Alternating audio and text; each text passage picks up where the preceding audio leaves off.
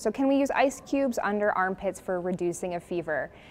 To reduce a fever, you can apply an ice cube, an ice pack, a cold compress to any part of the body where the blood vessels run close to the surface of the skin. This can be done in the armpits or the groin and can be very effective. The other things we do to reduce fever are typically use Tylenol and Motrin in our patients. So yes, this is true. You could apply ice cubes under the armpits to reduce a fever. Just make sure you never apply direct ice to the skin. Always wrap it in a cloth.